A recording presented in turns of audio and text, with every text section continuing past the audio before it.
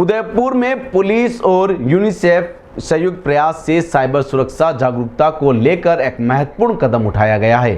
गुरुवार को पुलिस महानिरीक्षक गौरव श्रीवास्तव ने साइबर सुरक्षा सावधानी से ही संभव है सुरक्षित भविष्य विषयक पोस्टर का विमोचन किया गया। यह कार्यक्रम राजस्थान पुलिस अकादमी द्वारा आयोजित जेंडर संवेदनशीलता प्रशिक्षण के दौरान आयोजित किया गया। कार्यक्रम में पुलिस अधिकारी, बाल संरक्षण समिति और यूनिसेफ के प्रतिनिधि मौजूद रहे और बच्चों व अभिभावकों को साइबर सुरक्षा के महत्व पर जानकारी दी। उदयपुर रेंज पुलिस और यूनिसेफ राजस्थान के तत्वाधान में आयोजित policing for care of children कार्यक्रम के अंतर्गत साइबर सुरक्षा जागरूकता को बढ़ावा देने के लिए एक पोस्टर का विमोचन किया गया। इस अवसर पर पुलिस महानिरीक्षक गौरव श्रीवास्तव ने पोस्टर का उद्घाटन किया। कार्यक्रम राजस्थान पुलिस अकादमी के पुलिस लाइन सभागार में आयोजित जेंडर संवेदनशीलता के प्रशिक्षण कार्यक्रम के दौरान हुआ। अतिरिक्त पुलिस अधीक्षक अंजना सुखवाल, चित्तौड़ के अतिरिक्त पुलिस अधीक्षक मुकेश साखला, पुलिस उपाधीक्षक चेतना भाटी, बाल कल्याण समिति की अध्यक्ष यशोदा पणिया, यूनिसेफ और यूएनएफपीए के वरिष्ठ प्रतिनिधि भी उपस्थित रहे। बाल संरक्षण सलाहकार सिंधु बिनुजीत ने बताया कि पोस्टर का मुख्य उद्देश्य है कि साइबर सुरक्षा सावधानी से ही संभव है सुरक्षित भविष्य। इसके बच्चों और अभिभावकों को मजबूत पासवर्ड, 2 फैक्टर ऑथेंटिकेशन, संदिग्ध लिंक और ईमेल से बचाव, निजी जानकारी का सुरक्षित रखरखाव और साइबर अपराधों जैसे ऑनलाइन धमकी, ग्रूमिंग, फर्जी लिंक, स्केटिंग और पहचान की चोरी से बचाव की जानकारी दी गई। साथ ही साइबर सुरक्षा संबंधित कानूनों और शिकायत दर्ज कराने के लिए भारतीय साइबर क्राइम पोर्टल तथा हेल्पलाइन नंबर 1930 की जानकारी भी साझा की गई। पुलिस और यूनिसेफ ने इस पहल के माध्यम से समाज में साइबर सुरक्षा को लेकर जागरूकता बढ़ाने और बच्चों को सुरक्षित ऑनलाइन अनुभव सुनिश्चित करने का संदेश दिया। राजस्थान पुलिस अकादमी और यूएनएफपीए के संयुक्त प्रयासों से जेंडर बेस्ड वायलेंस के संबंध में पुलिस और अन्य जो स्टेक होल्डर्स हैं उनके द्वारा किस प्रकार पीड़ित को अपने केंद्र में रखते हुए जेंडर सेंसिटिव पुलिसिंग किस प्रकार से दी जाए, इस विषय पर 2 दिवसीय वर्कशॉप का आयोजन किया गया था। इसमें उदयपुर रेंज के सभी जिलों के पुलिसकर्मी विभिन्न रैंक के उन्होंने भाग लिया। अधिकांश पुलिसकर्मी वही थे जो महिला और बच्चों से संबंधित जो अपराध हैं उनकी जो विशेष इकाइयां हैं, जैसे special investigation unit for crime against women है, महिला पुलिस थाने हैं, थानों पर महिला डेस्क है। इन स्थानों पर जो पुलिसकर्मी पद स्थापित हैं उन्हें इस प्रशिक्षण में पार्टिसिपेट करवाया गया और उसके पीछे मंशा ये थी कि यह जो ट्रेनीज़ हैं वो मास्टर ट्रेनर्स के रूप में विकसित हों और इन्हें जो ये कार्यक्रम के माध्यम से शिक्षा, ज्ञान, जो इंटरेक्शन जो इन्हें मिला है उसे देख करके ना केवल ये जिस जगह कार्य कर रहे हैं वहाँ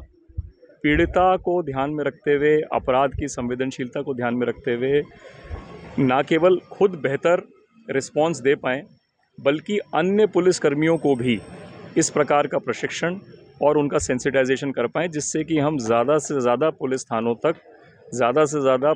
जो कटिंग एज लेवल पे पुलिसकर्मी हैं उनका सेंसिटाइजेशन हम इस विषय में कर पाएँ। बहुत अच्छा 2 दिवसीय कार्यक्रम रहा, काफ़ी इंटरेक्टिव रहा। इसमें पुलिस के ट्रेनर्स के साथ साथ जुडिशरी के ऑफिसर्स, CWC के ऑफिसर्स,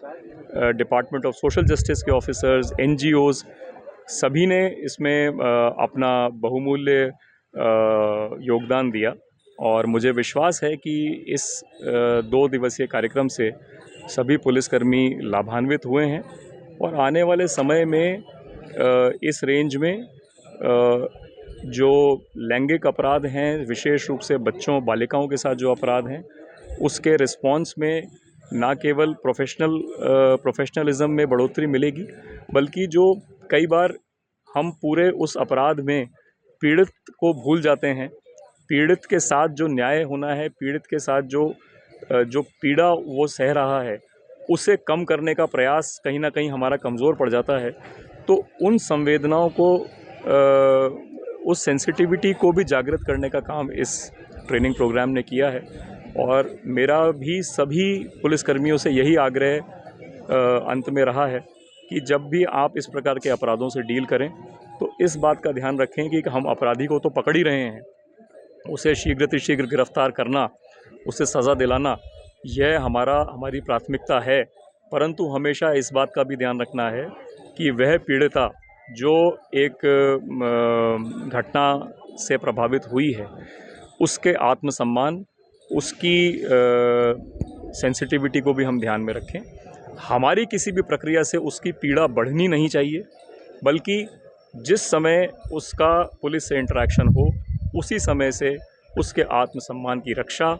उसको राहत प्रदान करने का कार्य उसी समय से आरंभ हो जाना चाहिए। सर, साइबर ठगी भी हो रही है, डिजिटल है, एआई द्वारा भी आजकल अश्लील वीडियो द्वारा भी किया जा रहा है, उसको किस तरह से? देखिए, आप रियलाइज़ करेंगे कि टेक्नोलॉजी का पेनिट्रेशन आज बहुत निचले स्तर तक हो चुका है एंड अनफॉर्चुनेटली टेक्नोलॉजी की जो अवेलेबिलिटी है वो बहुत इजी है,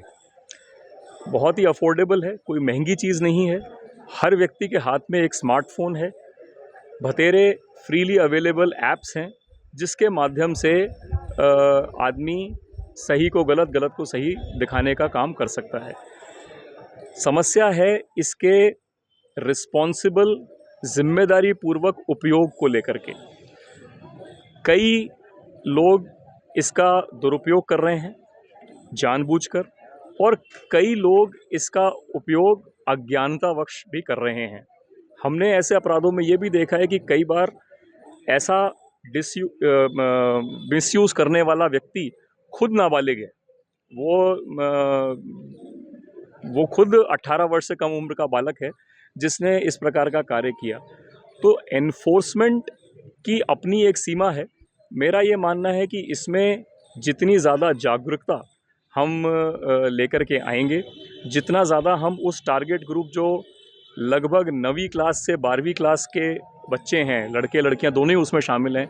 हम उन्हें जितना, और मैं आपके माध्यम से बताना चाहूँगा बहुत ही जल्द हम इस